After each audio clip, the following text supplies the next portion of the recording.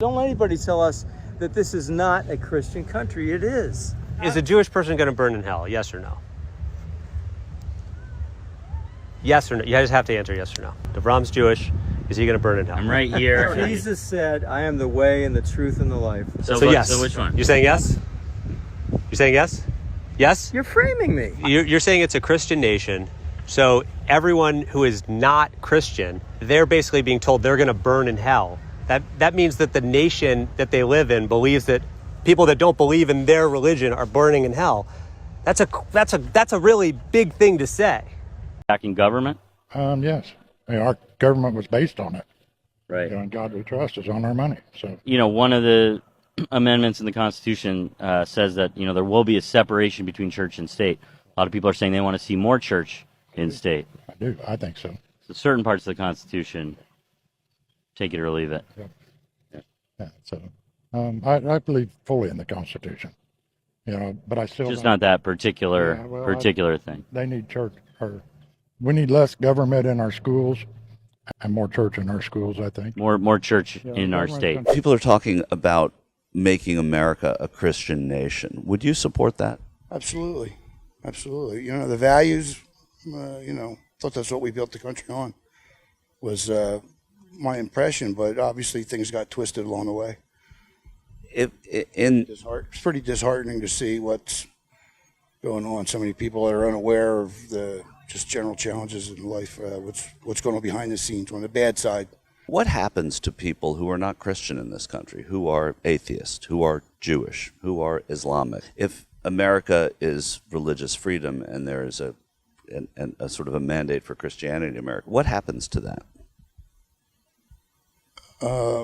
Repeat the question. I'm sorry. Well, what do we say to our Jewish brothers and sisters if we're saying we have a Christian nation? I wouldn't necessarily even call it pushing Christianity, or I don't even go there. I'm like, I am what I am.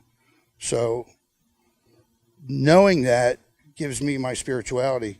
So that's a worldwide thing. That's not Islamic. That's not Hebrew or Jewish or German or any other. It's humankind. In my book, that's kind of how things sort of seem to work, if you're paying attention.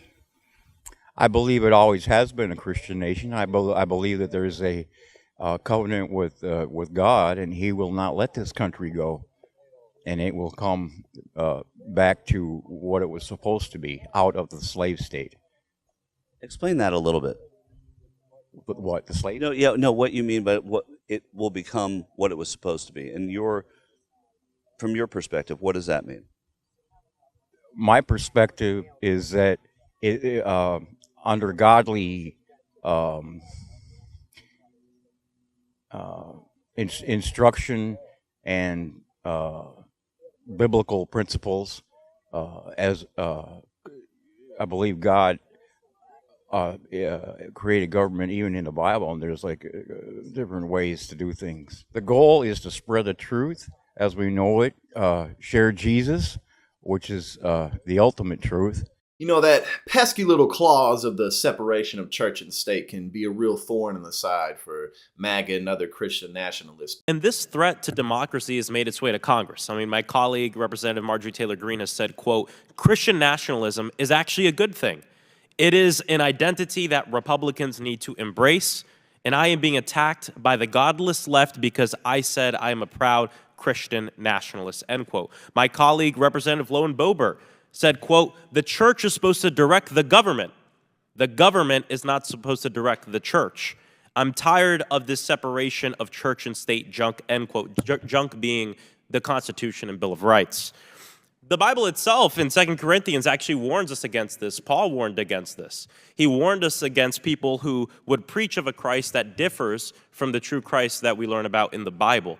That's exactly what Christian nationalism is doing. I condemn religious extremism everywhere, globally and domestically, and we have to recognize the threat it poses to our most sacred freedoms and root it out everywhere. And I think it's incumbent, especially upon us as Christians, and me as a Christian, to be at the forefront of the fight to ensure that white nationalism and Christian nationalism doesn't see the light of day. Thank you, and I yield back. White Christian nationalism fuses Christianity with a rigid view of civic life, a view that true Americans are white, native-born, and conservative. On January 6th, it was the connective tissue that tied disparate groups together and propelled them to action.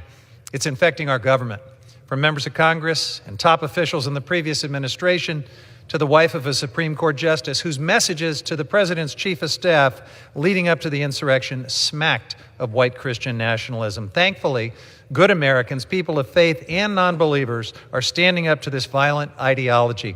And listen, I'm not a religious man, but one of the things that really truly always gets under my skin about Christian nationalism and people who consider themselves to be, quote unquote Christians, is how they do not follow the path of Jesus. Because I don't care who you are, I don't care what you believe. The path of Jesus, the real path of Jesus, is definitely something worth emulating. Loving people, being willing to forgive, being willing to be patient, being willing to empathize with people. Accepting people into your group who society shuns just because maybe they're sick or maybe they're, look at how society treats people like sex workers, who was Jesus friends with, Mary Magdalene, stuff like that. It means something. It goes a long way. But then what do these people twist it into? Just superiority. We're better than you. We deserve all the benefits. We deserve to step all over you. Everybody else is a threat to our superiority. Last time I checked, that's not what Jesus is about. Last time I checked, isn't there a story in the Bible where Jesus goes into a temple and starts flipping everything over and gets mad because he goes in there and sees that people aren't focused on the good of the world. They're not focused on their fellow man. They're just selling stuff. They're making money. They're hustling. They're selling idols. They're doing what they need to do basically to just get their earthly treasures. So that was my rant on people who act like they follow Jesus, but absolutely do not.